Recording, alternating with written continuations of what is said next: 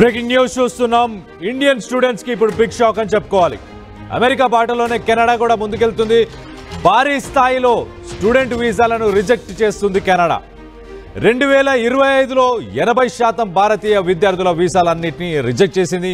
అలాగే స్థానికంగా ఉన్న పరిస్థితులు, నివాస కొరత, అలాగే మౌలిక సదుపాయాలు, ఒక రకంగా చెప్పాలంటే అకామిడేషన్, అలాగే local revenue, local economy and basic facilitations, వీటన్నిటి మీద ఈ భారీ ఖర్చుల కారణంగానే వీసాలను తిరస్కరిస్తున్నానని చెప్పేసి కెనడా చెప్పుకొస్తుంది. మొత్తం మీద అయితే అమెరికా బాటలోనే ప్రస్తుతం కెనడా కూడా ఇండియన్ స్టూడెంట్స్కి సంబంధించిన వీసాస్ అన్ని రిజెక్ట్ చేస్తుంది. గత ఏడాది మనం చూస్తే కనుక దాదాపు 10 లక్షల మందికి అవకాశం కల్పించింది కెనడా.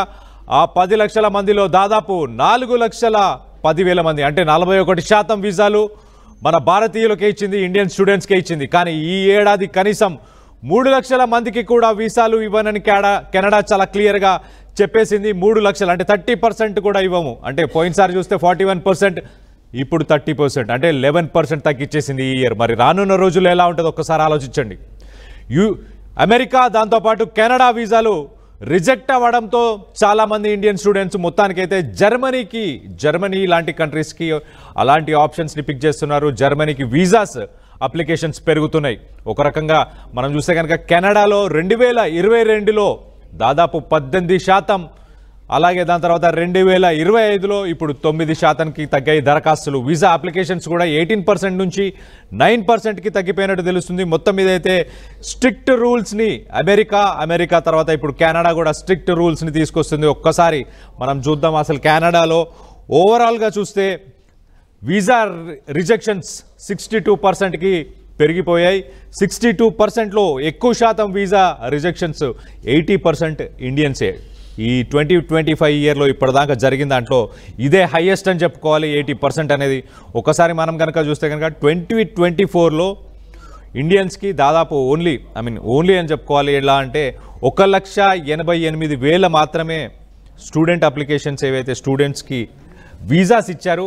2022 అంటే ఫస్ట్ సెకండ్ లాక్డౌన్ అయిపోయిన తర్వాత దీనికి డబల్ వీసాస్ ఇచ్చారు. అప్పుడు అంటే 2 ఇయర్స్లోనే 50% తగ్గించేశారు. కెనడాకి ఇండియన్ స్టూడెంట్స్ ఏవైతే వీసా అప్లై చేస్తున్నారో 50% తగ్గించేశారు. మనం ఒక్కసారి స్టడీ పర్మిట్ వీసాలు ఎన్ని వచ్చాయి 2025లో అని ఒక్కసారి చూస్తే కనుక 4,37,000 టోటల్గా ఇస్తే దాంట్లో ఇండియన్స్కి మాత్రం తగ్గించేశారు. ఓవరాల్గా కూడా ఒక 10% రెడ్యూస్ చేసినట్టు తెలుస్తుంది. పోస్ట్ గ్రాడ్యుయేట్కి సంబంధించి 73,000 వీసాలు, అలాగే గ్రాడ్యుయేట్ ప్రోగ్రామ్స్కి సంబంధించి 2,43,000 వీసాలు ఇచ్చారు. మొత్తానికైతే స్కూల్కి అలాగే వీసా రెన్యువల్స్ ఉంటాయి కదా, వీటిలో కూడా ఓన్లీ 1,20,000 మాత్రమే రెన్యువల్ చేసినట్టు తెలుస్తుంది. మొత్తానికైతే కెనడా కూడా చాలా స్ట్రిక్ట్ రూల్స్ని తీసుకొస్తుంది. వీసా రిజెక్షన్స్ని పెంచుకుంటూ పోయింది. మొత్తానికైతే ఇండియాకి సంబంధించిన వీసా రిజెక్షన్స్ దాదాపు 80%. అంటే 10 మంది అప్లై చేస్తే 8 మందిని రిజెక్ట్ చేసేస్తున్నది మొత్తానికైతే కెనడా. ఇంకొక కొత్త రూల్స్ ఏం తీసుకొచ్చింది కూడా ఒక్కసారి అనలైజ్ చేసే ప్రయత్నం చేద్దాం. మినిమం ఫైనాన్షియల్ ప్రూఫ్, ఇంతకుముందు ఫైనాన్షియల్ సెక్యూరిటీ అంటే మీ అకౌంట్లో డిపాజిట్స్ కనుక మీరు అమౌంట్ ఏదైతే ఉంటుందో ఆ అమౌంట్ని ఇప్పుడు డబల్ చేసింది. దాదాపు $20,000 ఇప్పుడు మీరు సెక్యూరిటీ డిపాజిట్గా చూపించాలి.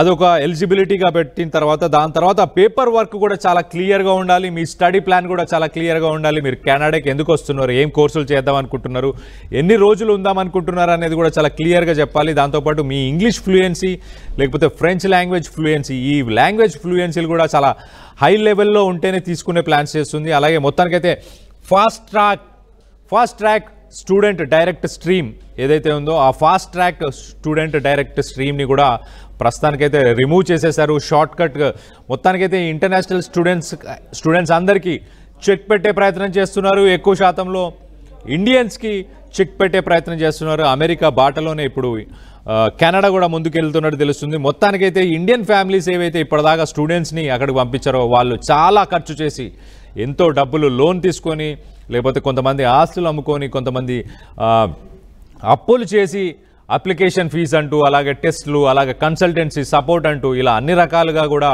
డబ్బులు వేచించి తమ పిల్లల్ని అక్కడికి పంపించిన తర్వాత ఇప్పుడైతే వీసా రెన్యువల్ రిస్ట్రిక్షన్స్ కూడా వస్తున్నాయి. అంటే మీరు స్టడీ మీద వెళ్ళిన తర్వాత కూడా అది వర్కింగ్ వీసాకి కన్వర్ట్ అయ్యే ఛాన్సెస్ కూడా తక్కువ సన్నగిలిపోతున్నాయి. సో మొత్తం మీద అయితే యూనివర్సిటీస్ కాలేజెస్ వాళ్ళ రెవెన్యూస్ అవన్నీ తగ్గినా పర్లేదు అని చెప్పి వాళ్ళు మాత్రం వీసా రిస్ట్రిక్షన్స్ అయితే ముందుకు తీసుకొస్తున్నట్టు మొత్తానికైతే క్లియర్గా తెలుస్తుంది.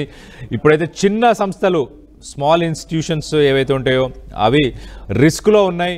స్టూడెంట్ ఫ్లో తగ్గిన తర్వాత చిన్న చిన్న సంస్థలు అక్కడ ఇన్స్టిట్యూషన్స్ ఇవన్నీ కూడా మూతపడే అవకాశం ఉన్నాయి. అయినా కూడా కెనడా మాత్రం ఈ డెసిషన్కే స్టిక్ అవుతుంది. మొత్తానికైతే ఇప్పుడు జర్మనీకి ఎక్కువ మంది స్టూడెంట్స్ జర్మనీ ప్రిఫర్ చేస్తున్నారు. జర్మనీకి ఈ మధ్యకాలంలో మనం చూస్తే కనుక 31% అప్లికేషన్స్ పెరిగినాయి. కెనడాకి 9%కి తగ్గిపోయినప్పుడు 2024లో కెనడా అప్లికేషన్ రేట్ మాత్రం 34% ఉంది. మిగతా మార్కెట్స్ కనుక ఒక్కసారి చూస్తే కనుక ఎక్కువ మంది స్టూడెంట్స్ ఇండియాకి సంబంధించిన స్టూడెంట్స్ ఇటు ఫ్రాన్స్, అలాగే ఫిన్లాండ్, ఆస్ట్రేలియా, సౌత్ కొరియా, అలాగే మిడిల్ ఈస్టర్న్ కంట్రీస్ వీటిని కూడా ప్రిఫర్ చేస్తున్నారు. ఎందుకంటే అక్కడ ఎడ్యుకేషన్ కొన్ని ప్లేసెస్లో ఫ్రీ ఎడ్యుకేషన్ ఉంది, కొన్ని ప్లేసెస్లో తక్కువ ఫీజులు ఉన్నాయి. సో అలాంటి డెస్టినేషన్స్, అలాంటి ఇన్స్టిట్యూషన్స్, అలాంటి ఆర్గనైజేషన్స్ని ఇప్పుడు ఇండియన్ స్టూడెంట్స్ అయితే ప్రిఫర్ చేస్తున్నారు. సో మొత్తానికి వేరే మార్కెట్స్ అంటే France, Finland, Australia, South Korea, అలాగే మిడిల్ ఈస్ట్ వీటికి ఎక్కువ ప్రిఫరెన్స్ ఇస్తున్నారు.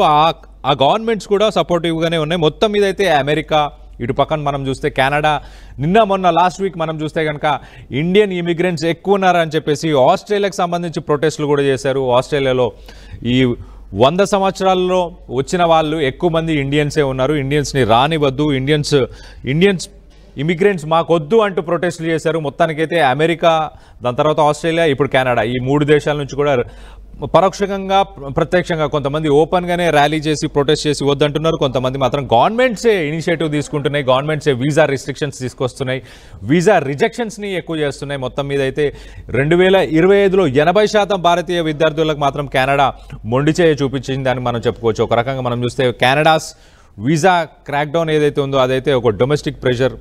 అక్కడ హౌసింగ్ షార్టేజ్ ఉంది, మాకు ఇన్ఫ్రాస్ట్రక్చర్ లేదు సరిగ్గా, ఎక్కువ మందిని అకామిడేట్ చేసుకోలేము మేము, ఇంటి రేట్లు అక్కడ రెంట్స్ ఏవైతే ఉన్నాయో రెంట్స్ కూడా చాలా ఎక్కువ అయిపోయినాయని చెప్పేసి లోకల్స్ అలాగే గవర్నమెంట్ కూడా చెప్పుకొచ్చింది. మొత్తం మీద అయితే స్టూడెంట్స్ అనేది స్టూడెంట్స్కి సంబంధించిన వీసా రిజెక్షన్స్ అయితే ఎక్కువ చేసింది. దాంట్లో ఎక్కువ శాతం ఇండియన్సే ఉన్నట్టు మనకు తెలుస్తుంది. మొత్తానికైతే అమెరికా, కెనడా, ఆస్ట్రేలియా మరి రానున్న రోజుల్లో మిగతా దేశాలు ఎలా రెస్పాండ్ అవుతాయని చూడాలి. ప్రస్తుతానికైతే యూరోపియన్ కంట్రీస్కి ఇండియన్ స్టూడెంట్స్ హ్యాపీగా అప్లై చేసుకోవచ్చు. జర్మనీ, ఫిన్లాండ్, ఫ్రాన్స్, అలాగే మిడిల్ ఈస్టర్న్ కంట్రీస్, అలాగే సౌత్ కొరియా ఇలాంటి కంట్రీస్ ఇప్పుడు ప్రస్తుతం ప్రిఫర్ చేస్తున్నారు.